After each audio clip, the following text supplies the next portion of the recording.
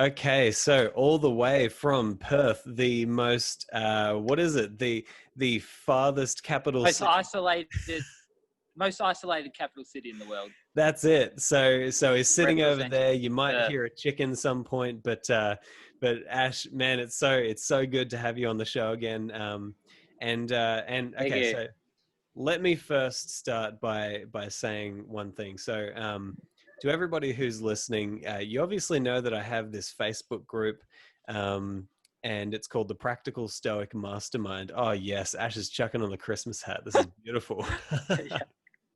So you've obviously heard me talking about the Practical Stoic Mastermind. If you've been paying attention to my social media this year, you may have noticed, like a serial killer, I've just been going through and knocking them off one at a time. And all of a sudden you might not see me there. So I had Instagram and LinkedIn and Twitter and Facebook and all these places. And now I've actually knocked all of them off down to Facebook and my Facebook group. The reason why I'm doing that is I've just found this year that personally for me, I would prefer to focus all of my efforts on the podcast, on my Patreon group, and on my website, where I really find that my passionate effort is going into, and I don't want to do anything half-heartedly. And so far, I've just been doing that with my social media. So Ashley, I know he's going to crush it, and he's going to be the new Hello, everybody. Administrator of this group. So What up? Ash, tell us what you've got planned for the Facebook group. Great. Yeah. Well, thanks to everyone. And if you haven't already, I encourage you to go on, join the group, and we'll see you there. So it's a wonderful resource. There's nearly 8,000 members, and it's growing every day. So, we've got this page, and it's not really being utilized. It's a fantastic opportunity there to connect with Stoics from all the way around the world. And as Simon's busy working on all his projects and things like that, I'll be stepping in to try and create some engagement and interaction in this group. There's a lot of different Facebook pages out there already to do with Stoicism. And this is the Practical Stoic Masterminds. So I'm going to be putting an emphasis on the practical aspects of Stoicism. That's what this group's for. This is what the podcast is all about. So let's get on this Facebook page, start engaging, introduce yourself, interact, reach out, all your questions there, right? Because, as a community, we've got all this collective intelligence or collective wisdom and experience that we can all be tapping into together, right? Instead of having to reinvent the wheel every single time. And this is what the Facebook page is for. So yeah, get on there. Tell us about your experience, about what's going on, and how you're going with your practice. Are you sticking with it? All these sort of little bits, right? Because I've been doing it for years, practicing Stoicism on my own, all by myself. It's a weird thing, and you don't often kind of meet people that are into that sort of thing. And I can say that there's mistakes that I've made, or there's things that I didn't quite really fully get, that if I had have been out there meeting other people and having those kinds of conversations with it sort of would have just saved me years of mistakes. So yeah, I definitely love to just meet many more people. Yeah. And we're going to be using Facebook as a means to do that.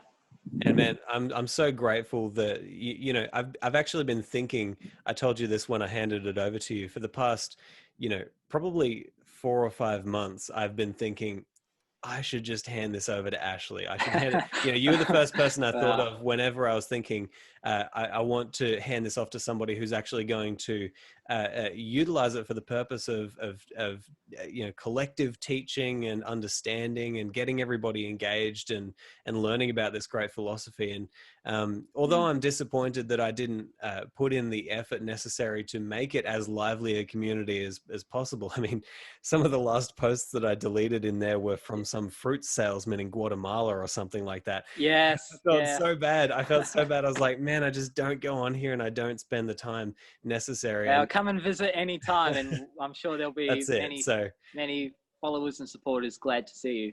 Yeah, of course. But I But, mean, you know, also I'm just like, so excited because you're also about the practical side of things as well. And yeah, you really want to help people to understand this philosophy and how it mm, can help them in their life. So, thank you for taking it over. definitely. So yeah, you're welcome. And also for any listeners, like, I mean, as you yourself were saying, right? Like there's definitely some benefits to getting off social media we should really be considering, especially if you want the Stoic life. So I understand there may be some listeners out there who are not on Facebook or not on social media whatsoever. And connection and community is just really, really important. I think having good influences to be around, having people you can bounce those conversations off that are going to support each other. So if you haven't got a local meetup group in your area, then consider creating your own. I've definitely learned so much from the Perth practicing Stoics, that you learn so much more by teaching. So yeah, definitely consider that. And there's many other groups. There's groups out there as well you can find meetup support groups if you're not sure on how to create your own group. So yeah, definitely something else to consider. Yeah, man. And Absolutely. we're living in the age of the crisis and connectivity and meaning. So face to face, nothing trumps face to face interaction. Yeah, definitely. Yeah, as great as Zoom is. So yeah. anyway. I think Zoom actually got Apple's app of the year. I saw that. Wow. And I think that they said under it, it was because this is where we spent 2020. And that's so true, right? Like Zoom was insane this year. It's like, if you Yeah. ever wanted to pick the right stocks to buy, it's like whatever company Zoom is on the stock market, that would have been your guy. But anyway, I digress. Totally. We ramble on. So Yeah, actually, we're not paid by Zoom, by the way. Just for disclaimer there. oh, definitely not. But one of the reasons why I wanted to get you on today, we kind of discussed this idea of having a conversation around New Year's resolutions, because this is such a great time of year where Yep. we kind of get to transform ourselves. You know, every year we have this opportunity to think about the ways that we want to have a metamorphosis in our lives and you know, become a more fully formed or you know, more capable human being, right? And so we set these New Year's resolutions. And so what are some of the big, because I know that you've been researching this lately and you're doing a couple of workshops coming up. What are some of the biggest mistakes that people make, you know, when they get into that habit of, you know, 21st of January, they've already given up on all of their goals and, you know, it's just not happening for them. What are the mistakes that they make first? Well, yeah, I mean, I think a big mistake that we have collectively as a culture is that we don't value rituals anymore. There's a psychological, spiritual need that rituals fulfill in us, and we've just kind of abandoned it, right? You know, for many reasons, like capitalist consumer world, holidays are expensive. I mean, so I think that's the first thing is creating rituals and having that function of ceremony is something that I mean, my experience has been it's definitely been really useful. And because, you know, some of the things I've been asking people, are you creating a New Year's resolution? And, you know, people say, well, what difference does it make? It's just, you know, 1st of January is it's just another day of the year. You can make change at any point in your life. So why wait until the 1st of January? Which of course is a really good point. You can make change at any point in your life, you know, like why wait and put it off? But I mean, the 1st of January, it's different because it's at the end of the year. So it's a natural kind of inflection point, right?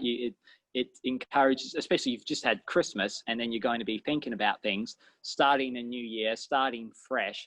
It creates this new opportunity that, you know, let's say June the 23rd or May the 6th or whatever, you know, like after that big Christmas lead up.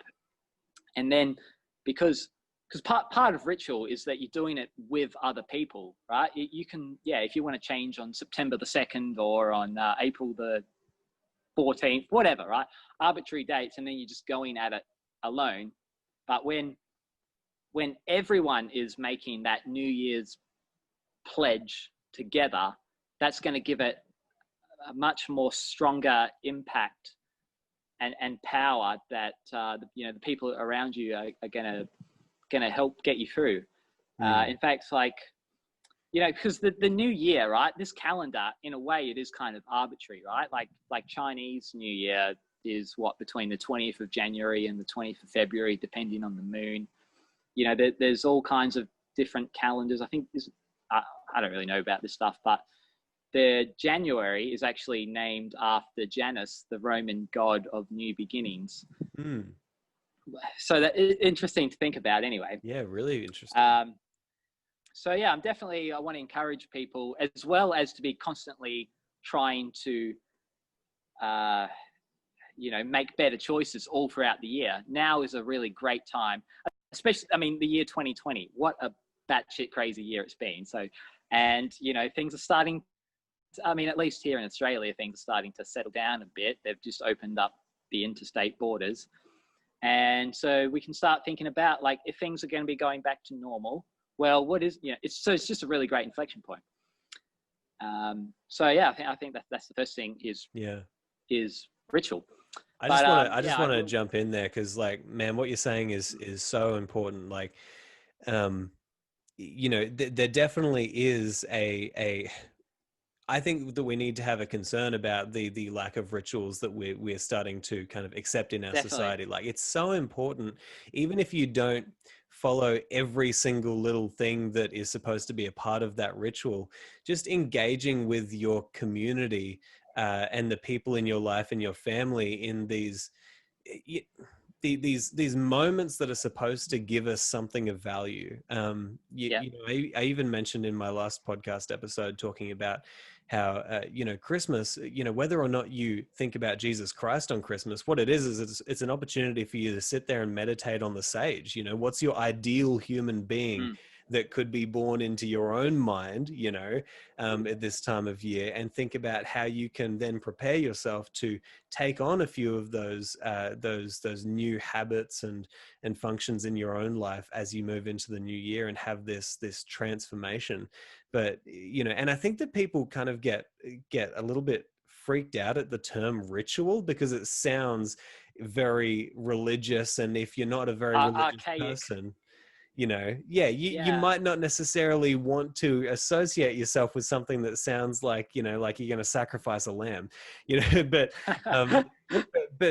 when we say ritual, it's like, it's just a moment in your life where you take aside some time to get involved in something that is important for your soul or your mind or your heart, or, to engage in some sort of practice that your ancestors before you have engaged in, and to be able to tap into that kind of ancient wisdom and memory of that moment that is supposed to, transform you in some sort of way, and that's how I for look myself, at it. I suspect that it's a need or a function that humans have, and if we don't formalize it, it just happens kind of unconsciously, like without our awareness, so now going to the mall is like the new ritual or something like that, right? Like a lot of people talk about, like, sports rituals is kind of the thing that fills that void. And even if your ritual is, hey, every single day I get up at 7 a.m. and I go for a walk, that's a ritual. That's something that you're going to practice, and that when you practice it, you're going to get a certain result out of that. And it's going to be beneficial for you in your life. We all have these rituals in our life. The key might be to look at some of these rituals that we could engage in that maybe have been handed down to us, that maybe it's not the right way to live, to kind of just push them aside. The way that I kind of look at it, at least, is, if we've been practicing, say, New Year's celebrations, or, in America, Thanksgiving or Christmas or Hanukkah or whatever it is that your tradition that you grew up with is, if we've been practicing that for hundreds, thousands of years, don't you think that there's something that the people who have practiced it before you would have got out of that ritual that would be extremely, motivating or helpful in their lives? Like, isn't it completely ignorant to just think, oh, I can just throw that away, it's all good? Like, there's value in it. If only you get that value from knowing that it's a tried and method of or we could just go to the development. pub and get pissed every day, you know, like I mean, there's Well, so many that's the different Aussie ways ritual, but we're they speaking manifest. to a lot of Americans right now, so Yeah. But anyway, so hopefully we've convinced some of the listeners to consider investing some time and energy into exploring rituals and what they have to offer and all that sort of thing. But let's get back on track. So specifically New Year's Eve, Oh, yes. right? Speaking of rituals, yes. So the 2nd of January, smash in the gym on the 2nd of January, right? I've got some statistics here, and take this all with a grain of salt, because these statistics change from year to year and from country to country. But this is from Squarespace. Mm-hmm. They've tracked digital data of sales. So in the month of January, new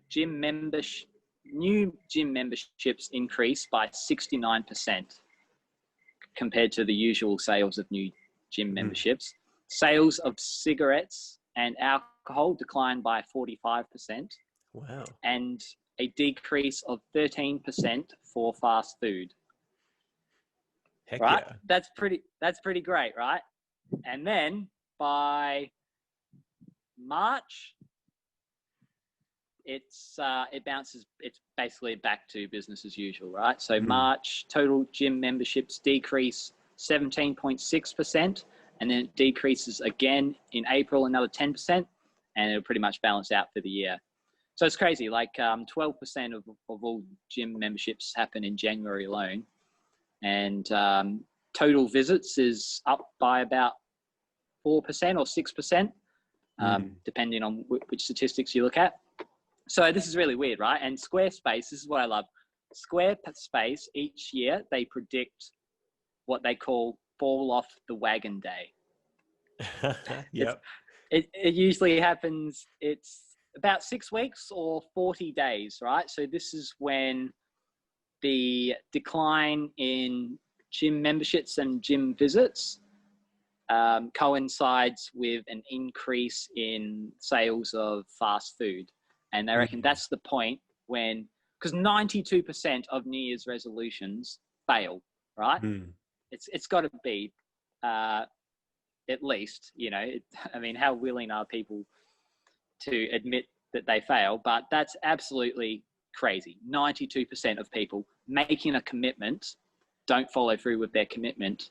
And most of that is within 6 weeks, right? But by March, absolutely crazy, because health goals represent about 55% of New Year's resolutions. So, I mean, I think that's a pretty reasonable reflection across the board. Yeah. And it's a good place to focus on, because most of us can probably recognize that there's one or two areas of our health that we might like to improve, you know, in some way or another. And it's a good place to start on your journey of personal development as well, because it's something that's completely measurable most of the time, right? And you can tell how you feel. You know, whereas say if you're practicing like an introspective philosophical routine where you're trying to, you know, learn philosophy and change your mindset, it might not be. What do you mean if, Simon? What do you mean if? You know what I mean? I'm talking to the people out there who might be you know, thinking about their goals. And so what are some of the things that you would encourage people to do to make sure that they don't fall into that category of the people who are going to, you know, be on that coinciding date where they start eating more fast food and going to the gym? Yeah, totally. Yeah, so a lot of this is just because, right? I mean, what happens every year, right? Everyone's got the willpower, they've got the motivation, and they want to do it. I really believe that people want to live their best lives. People want to be happy. People want to do what they know is best for them. And yet we still have this crazy statistic of 92% failing. So, you know, what's going on here? Is it because people are lazy, people are failures, you know, people are weak and pathetic and you're a loser, and all those things that your mind is going to tell you once you know, hit that point.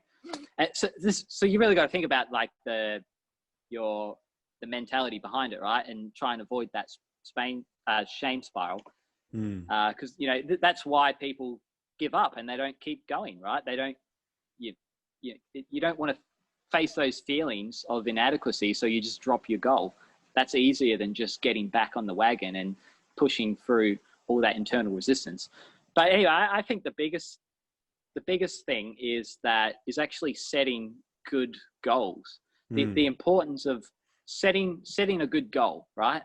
A goal, not just an intention, but actually making a detailed plan of, I mean, just even as simple as just time and place, right? Just planning. Instead of saying, I'm going to lose weight, if you say at Monday morning, 9 a.m., let's say Monday, Wednesday, Friday at 9 a.m., I will go to the gym for 45 minutes, right? Yeah. And then which gym will it be? And just making it specific in your mind makes a huge difference, because you've got something concrete then. It's not just this vague intention, this vague kind of idea of, oh yeah, I'll go to the gym. It's okay. Yeah. Your brain, you've already started getting it to sink into your brain, so that then when 9 o'clock comes, you've already got it in your brain that, oh, this is gym time now. And so having a plan is important, not just time and place, but also anticipating the difficulty of what are you going to do. The more specific it is, so the less, because then you're taking away all that effort of planning in advance. You're taking away all that effort that you would have to make to actually go through with it, right? Yeah. So the more details, the better, right? When you get there and you go, what am I going to wear? Where's my water bottle? Should I catch the bus, or should I drive? Or all of these things are just going to add weight to your mind that are going to create, these are all obstacles, right? So just plan it all out, plan everything out, put your gym towel and your water bottle. I mean, let's just stick with the example of the gym for now, right? Or eating, and then it's there the night before. So you wake up in the morning, it's right there. Good. We're good to go. But if you're sitting there on the couch with your Netflix, this is relaxing. And then you're going, oh, I did say I'd go to the gym today. Or maybe after the next episode, right? You can see how that's kind of setting yourself up for a recipe to procrastinate. Yeah. So, and also having really good goals, right? That are not too realistic goals, something that's not too ambitious is important. It's not like a wish list of things you'd like to do. You've got to be brutally honest. You've got to have that self-awareness of okay, if I've spent 20 years coming home and sitting on the couch eating a bag of chips after a day, am I going to be able to just, bam, all right, SAS commando fitness regime? It's like, no, be realistic, right? That's going to take a while to build this habit, and you've got to plan for the long term, how you're going to implement this new habit. It might take you, because what we're really going for is long term, right? It's not just this kind of phase or this kind of boost of motivation and willpower. We want something that's going to be long term transformation, right? So even just going to the gym, even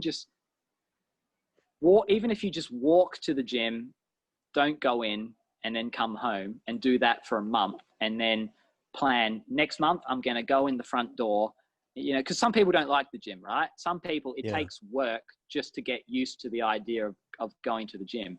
And so plan it out over the year, right? If your intention is to create a habit of going to the gym, what's going to get you to go to the gym, right? What's going to make you feel good about going to the gym?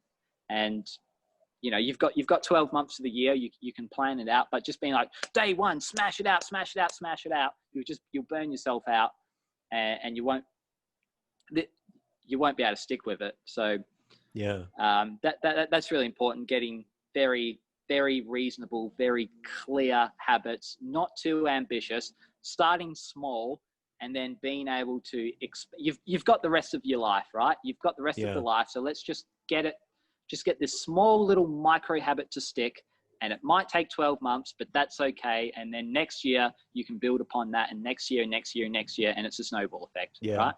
People don't realize how big a change can become if you're willing to do a very, very small thing over time. Like that's absolutely massive. And it sounds, a lot of this advice that you're giving, it's so good because what it's getting people to do is to declutter their mind and make things as simple as possible to achieve. It's like, if your clothes are ready, your water bottle's there, you know how you're getting to the gym and you know what you're doing when you get to the gym, you don't have to make a decision. It's just like, oh, cool. Yeah. Okay, all I have to do is put on my clothes and get in the car. And like you need to, yeah, like you use the word heavy, you don't want your mind to be heavy with all of these big decisions to do. And if I could add a couple of Yeah, things, just because this whole totally. metaphor of the gym and like I've been in that world before, and a few things to add to what you're saying. I've definitely noticed when I would watch people come and join the gym, and I would see the people who were there routinely every single day, and then I'd see the people who would come once or twice and then drop off. I Yep. noticed that there were basically two problems that people would have. Either they didn't back themselves enough when they got into it, or they backed themselves way, way too much, right? And I'll give you an example. So, one guy came in one day and he said, "Listen, I'm thinking about joining the gym. I was thinking about maybe getting a 1 month membership because I'm really not sure if I'll," he wasn't backing himself enough. He didn't believe that he would actually keep going to the gym. And I said, "Listen, Mm. if you just want to get a 1 month membership just to see how it goes, I think you shouldn't join because you're not ready." Like, and my job is to sell the membership. That was a terrible thing for me to say, but it was the best thing I could, Yeah. because he ended up buying a 1 year membership because I said, "Listen, man, I don't want you to join the gym if what you're going to do is come into this thinking, I'll see how I go." You have to be a little bit more than that. You have to be a little bit more confident in your abilities than that. But the opposite side of the spectrum is you'd see people come in and be like, "I'm excited, sign me up. I'm going to be here, 6 hours a week." And I said, "Listen, Tell don't me your do that." protein smoothie powder as well. Exactly. Like, I said, don't do that. What you want to do is, if you come in here, like you said, if you come in here and all you do is talk to me at the desk for 5 minutes, 2 times a week, I'm going to be so happy with that effort from you. And I'm going to encourage you to, hey, next week, why don't you jump on the treadmill for 5 minutes? Like, I want you to have a realistic expectation, and it really helps. It really helps to actually understand how pathetic and idiotic you are. It really helps to understand that, okay, I'm actually, I might be a lot weaker than what I actually think I can achieve. So why don't I set some realistic goals that I know for a fact that I can achieve? And when you do that, like, man, it makes things like you're going to get those long-term results because you're actually doing things that you can do, as opposed to saying, "I'm going to climb Mount Everest in, 6 days." Like, it's not going to happen. So I think that for me, those were the two things that I saw. And I know that the people who kept it up and really saw great results were the people who didn't undervalue their own efforts, and they also didn't overvalue. They just knew that all I have to do is show up and do something, and then I can be happy with myself. And that worked for people, man. So I'll let you yeah. jump back in. Yeah. I mean, like, not everybody is ready for change, right? And that's totally okay. If you're not, like, that's totally okay, right? If you're not ready to start going to the gym every day, we're not putting shame onto anyone that you have to be doing this right now. And I mean, because it's possible the gym's not for you, right? You might prefer hiking. You might prefer Yeah. go to the beach and bring your kayaks, and or you might prefer.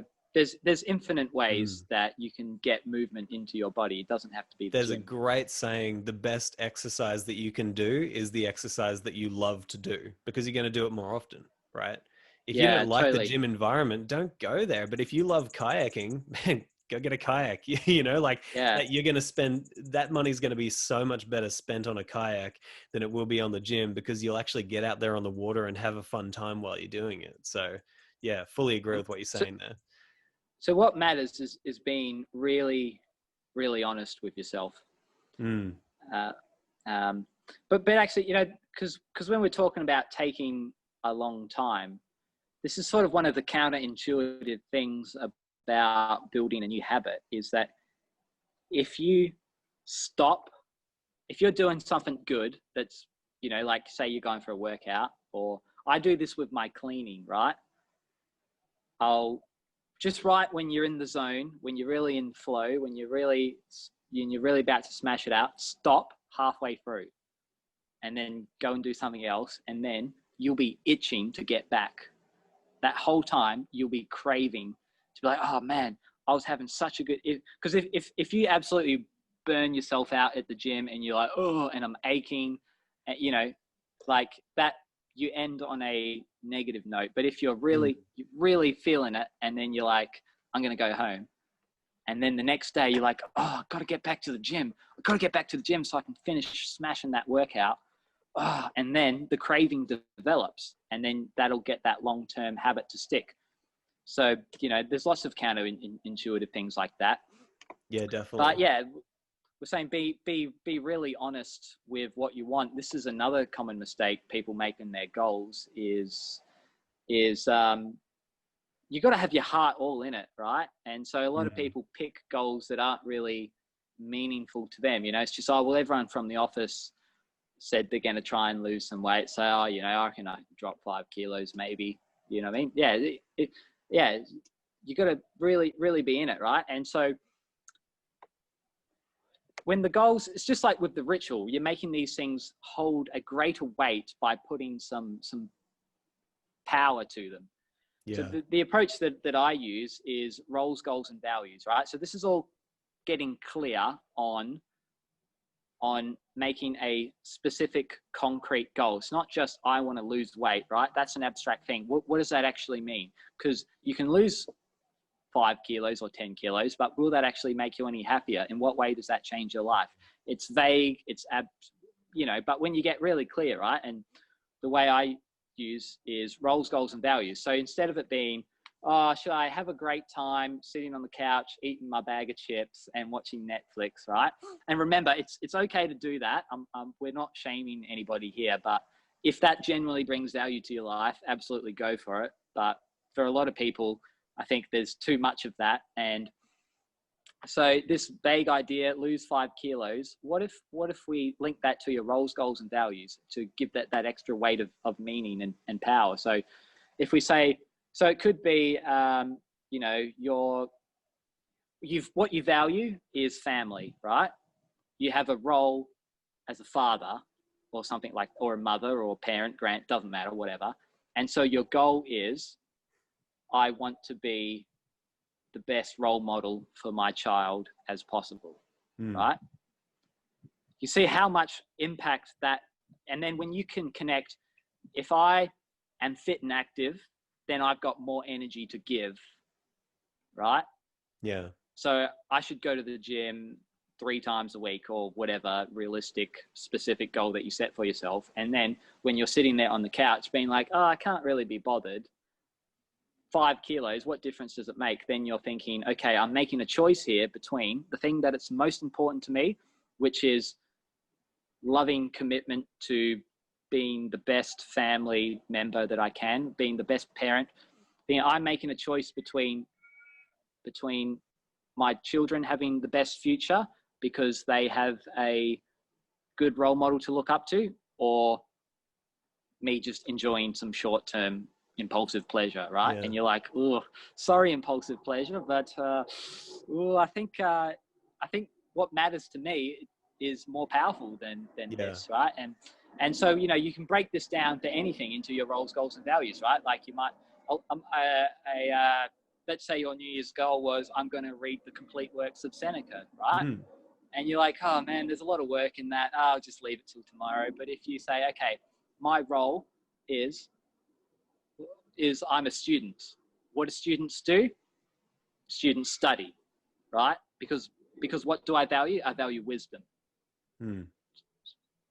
That's got so much weight to it than just, I should do some reading. It's fulfilling your values, right? So get clear on that, super honest. What do you want?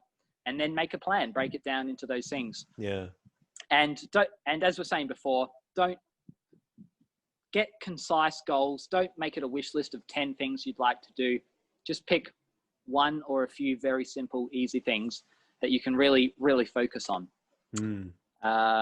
that's all such useful stuff, because what it's helping people to do is it's helping people to get a really clear image in their mind of exactly what it is that they're wanting to achieve. And most people, if you ask them what they're looking to move towards in their life, what's their ideal, what are they aiming at, the image Yep. that they could bring up in their mind is kind of like a muddled, pixelated, swampy mess. It's like there's nothing really that you want to move towards. But every Yeah. detail that you add to your goals, every question that you try to ask in order to make it more clear to you, is going to add extra pixels to that image until you have this perfect image of what you're looking to move towards. And something I want to mention as well is, when people are having those moments, when you're having those moments when you're sitting there on the couch with your bag of chips and you're thinking, oh, should I go to the gym or should I continue to eat these? even if Yeah. even if only 2 times out of 10 you actually pick the gym over the chips, you've got to be able to take those successes and nurture them. You've got to be able Oh, to yeah. say, you know what, like, I know I might be a little bit pathetic at the moment, but maybe next week I can do 3 times out of 10. And then maybe if a month from now I can do 4 times out of the 10. And that kind of slow and it can be a tedious movement forward, actually is going to make you so much more fulfilled in the future, and your goals are going to be so much clearer to you, and you'll achieve them more often. And I think that Epictetus, come back to Stoicism, Yeah. Epictetus laid this out for us. He said that the principles of that you need for personal change are self-scrutiny and self-kindness. And that's it. That's all you need. You need a little bit of that Absolutely. scrutiny, right? What are the issues that I have? Where are my problems? Where are my erroneous zones that I need to fix? But also, I understand that it's really hard to make really intense, meaningful change. And I'm not up to the stage where I can just jump in and crush it at the moment. So kindness, be kind to yourself. That's half the job that I have as a coach with people, is just convincing them to be kind to themselves, and not to beat themselves up so often. Yeah, man, this is all such good stuff that people can take away. Yeah. Self-compassion, Underrated, self right? underrated. I mean, so science confirms self-compassion, right? There's one of my favorite books, Kelly McGonigal in The Willpower Instinct, has a section in a chapter about this where they say, because what if you don't have self-compassion, you get on the shame spiral, Yeah. right? If you put yourself down and go, oh, I'm pathetic, I'm a loser, right? You're going to feel some emotional weight of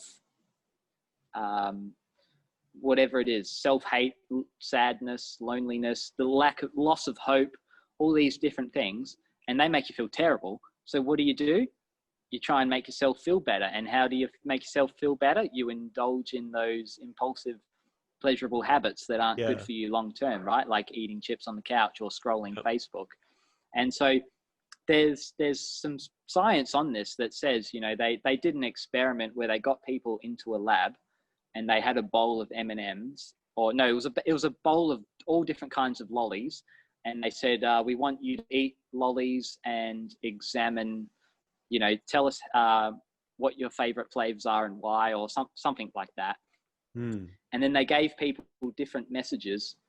One that said, don't be hard on yourself. This is for science. It's really important. And we thank you very much for helping us. Everybody indulges from time to time, and don't worry about it.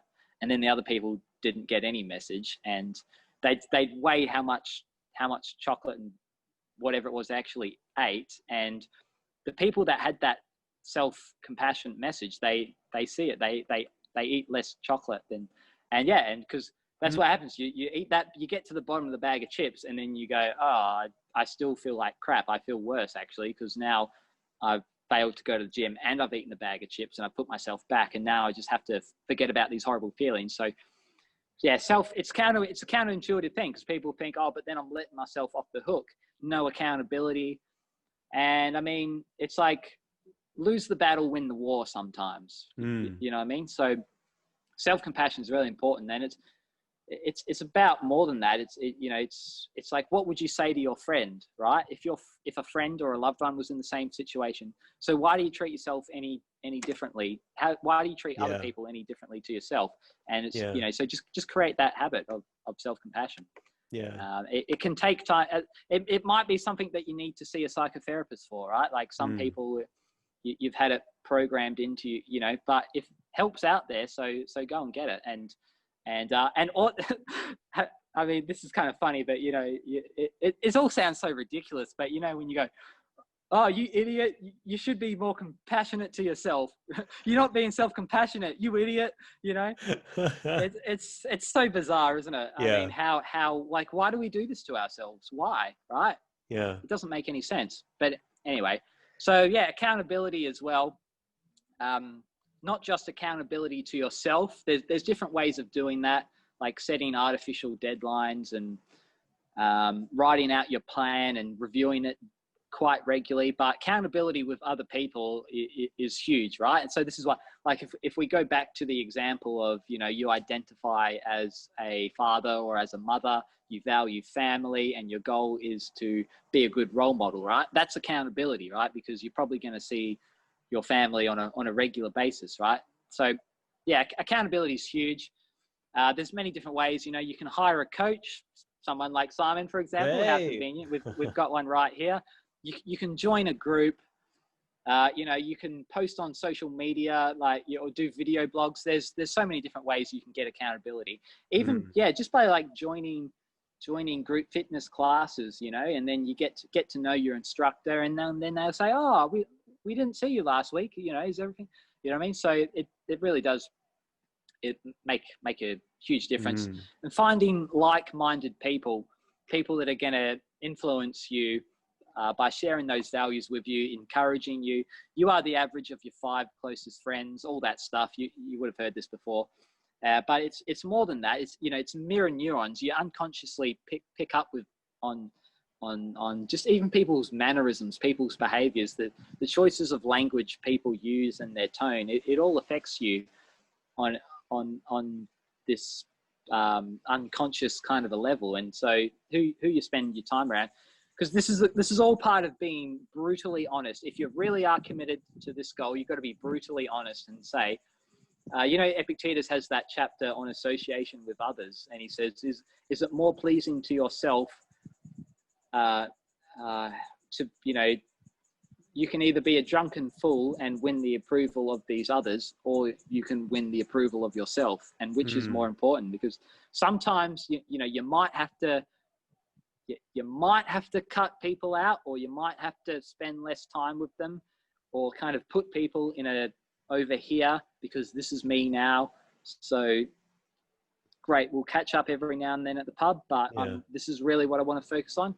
And then you've got to find, you know, get outside your comfort zone, and maybe you might need to meet some different people.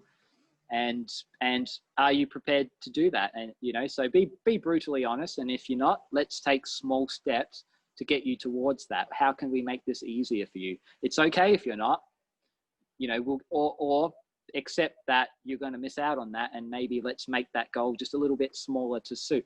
So anyway, and another thing I was going to say, so I mean, for myself, I've found learning about the mechanics of habits and the science of willpower, like couldn't recommend it more, to actually understand how does your brain work, right? Why are we behaving in these ways? So there's many great books out there about that, about habits and willpower.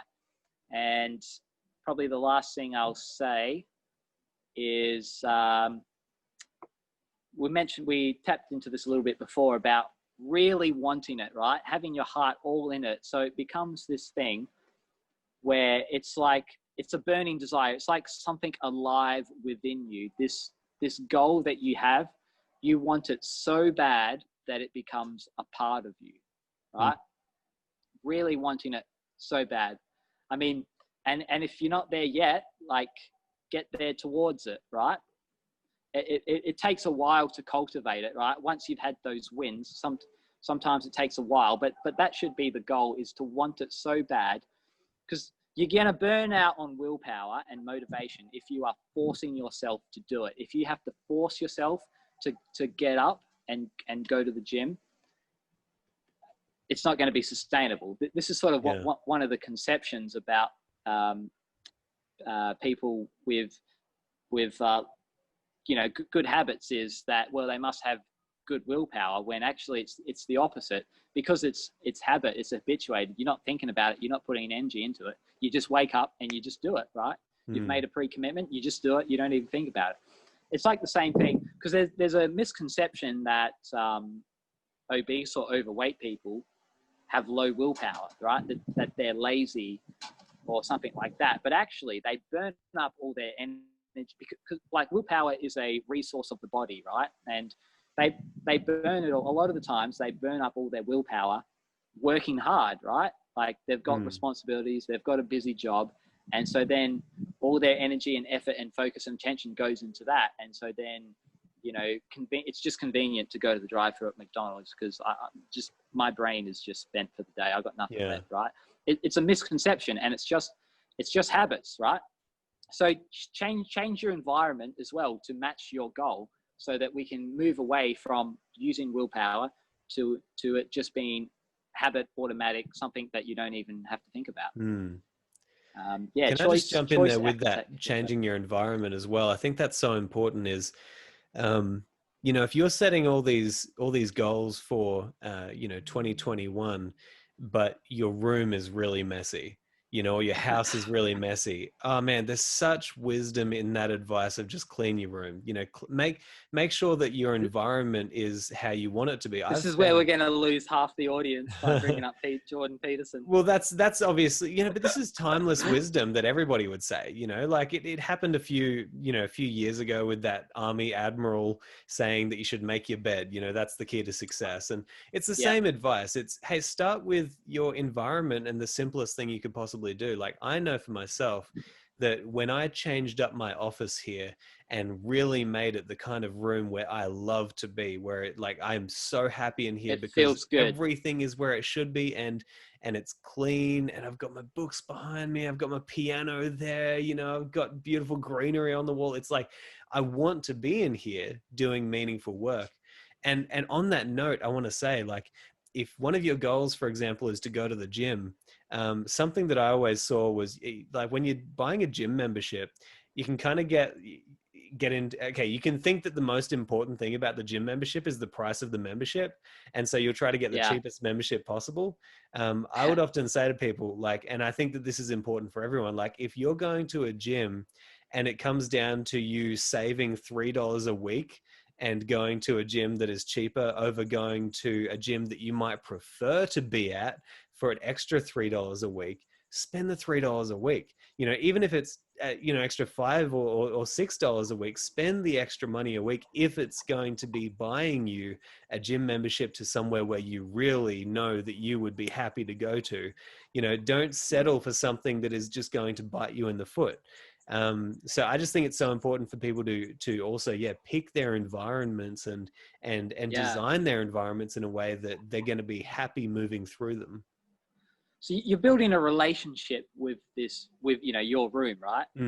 For example, it's a place that feels meaningful to you. Yes. So that's got so much more powerful, it's going to have so much more of an impact on you than just some random place, right? Yeah. Some messy bedroom. 100%. And the same thing with your gym. Build a relationship with your gym. Get to know the people that go there. All that sort of thing. Yeah, man. But like I would frame that. I mean, it's that classic thing of like, an ordered house is an ordered psyche, or a chaotic environment is chaotic psyche. But I would frame that in terms of choice architecture. Is that and this is a kind of pre-commitment as well, is that like, because like our brains, human beings, right, we're evolved to adapt to our environment, right? This is what humans do. We're an absolutely amazing adaptive creature.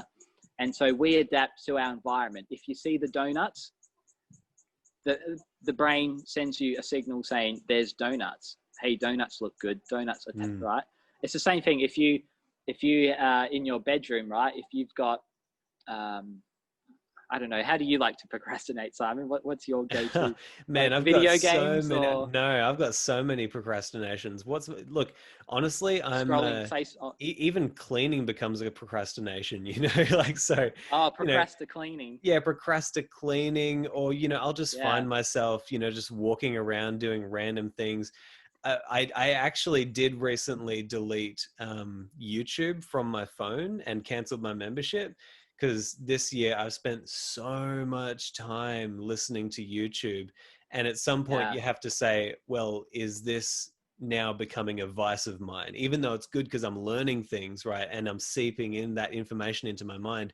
I noticed that it was becoming something where if there was a choice of me doing something difficult or just picking up my phone and listening to a YouTube video, yeah. it's going to be the YouTube. So, for me, it's been removing those distractions from my phone. Totally, No Facebook app on my exactly. phone, no social media on my phone. It's just for calling Like, people, whatever. yeah. Put the phone in the glove box of your car and lock your car. And so when you wake up in the morning, if the first thing you see is there's my phone to scroll Facebook, there's my computer to play video games, there's whatever other maybe some gossip magazines, or just think Yeah. of ways you can procrastinate. Your brain, it's the same thing as like vending machines, right? If they put Coca-Cola right at the top and bottled water down the bottom, more people buy Coca-Cola. But if you put bottled water right up the top of Coke down the bottom, because it triggers that habit cycle, right? The stimulus, the triggers, you have the cue, craving, routine, and reward involved in every habit, right? So if you can just eliminate temptations out of your environment, that's going to make a huge, huge difference as well, right? Just don't buy any junk food. Yeah, You man. won't need any junk food, right? And don't even if there's McDonald's on the way to work and the golden arches kind of trigger you, even if you have to spend an extra 5 minutes taking the long way to get to work, right? That could save you half an hour of coming home and going, oh, I can't believe I ate McDonald's again. I'm such a failure. I'm such a loser. Why didn't I just give up? You know what I mean? So it's worth be really honest and properly invest the time, energy, and effort. And it's, you will absolutely get that investment back. Yeah. Yeah. And calculate your investment as well. And also your rewards from that. I mean, you might be balancing your score if you take a longer route, because you're not going to spend 5 minutes going through the drive-through anyway. And if you calculate, well, let's say I spend $10 at McDonald's 3 times a week, for 50 weeks of the year, how much am I going to be saving? And then maybe you say, Or I might be able to take a holiday, like I might be able to have a it all adds up. celebration. Yeah, that's it. Or it could be 5 extra minutes of classic practical Stoic wisdom from Simon Drew that you get to absorb. And exactly. So then maybe it's not so bad taking an extra 5 minutes to get to work. Yeah, man. Heck yeah. But Look, I mean, go on. I think really it's about finding what works for you. I mean, we could talk all day about what works for us and what all the sciencey books about behavior says, but what works for you, right? Because you, the listener, are the person who is going to have to do this for yourself. No one can do it for you. So take time to experiment with what process works for you, or what emphasis or what point of focus really, really works for you, right? And then come and share your experience onto the Practical Stoic Facebook page. And, because I'm sure every one of these listeners here could have something to teach us. So let's keep this conversation going, and this is what the Practical Stoic Mastermind Facebook page is really for.